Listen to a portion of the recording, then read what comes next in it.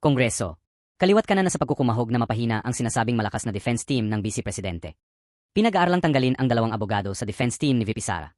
Ang mga abogadong sina Michael Poa at Attorney Reynold Bonsayak. Ayon kay Congressman Redon, hindi daw nila papayagan ang tinatawag na lawyer-client's privilege.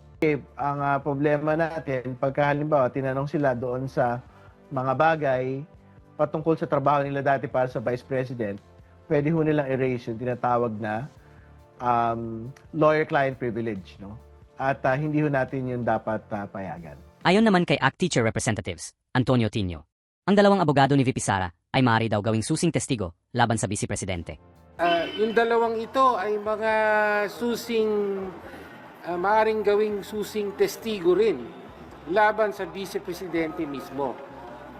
Kasi for example, of course si Bonsayak, isa siya sa mga susing personalidad na binanggit ni Madriaga na pinagbigyan ng pondo, di ba? Ito namang si dating Yusek Poa ng DepEd ay kasama yan sa mga ginisa dito sa Kongreso noon. Ang sabihin nyo lang na mga kongresista kayo, na gusto talaga ninyong buwagin ang defense team ni VP Sara at naghahanap lang kayo ng mga taong gusto nyo tumistigo laban sa pangalawang Pangulo. Bakit?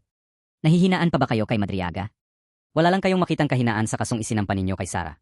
Kaya naghahanap kayo ng matibay na ebidensya at para mapabagsak ninyo ang Vice Presidente. Sayang ang isinupalpal sa inyong pera na kabayaran, kung meron man. Para matanggal ang nakikita ninyong banta sa inyo kapag nanalong presidente sa 2028. Siguradong babalikan at babalikan kayo niyan pag nanalong presidente yan. Isa pa itong si Shell Jokno. Sumulat daw sa Justice Committee na kaagad ng aksyonan. Ang sulat na nagre-request na ilipat na sa kanilang kustodya si Madriaga at ipasubpuena ang mahahalagang dokumento ng Vice Presidente. Tulad ng SALN. At mga record daw ng pangalawang Pangulo na magpapatunay na may unexplained wealth. Tila ba naghahanap pa rin sila ng mga ebidensya laban sa pangalawang Pangulo? Pilit nila hinahanapan ng butas ang mga dokumento para lang magkaroon sila ng pwedeng ihain sa korte para mapatalsik si VP Sara. Hindi talaga sila titigil hanggat hindi nila nagagawa ang napornada nilang plano noong 1 taon. Siguraduhin nyo mapapatanggal nyo yan dahil kung hindi, matindi ang magiging balik niyan sa inyo.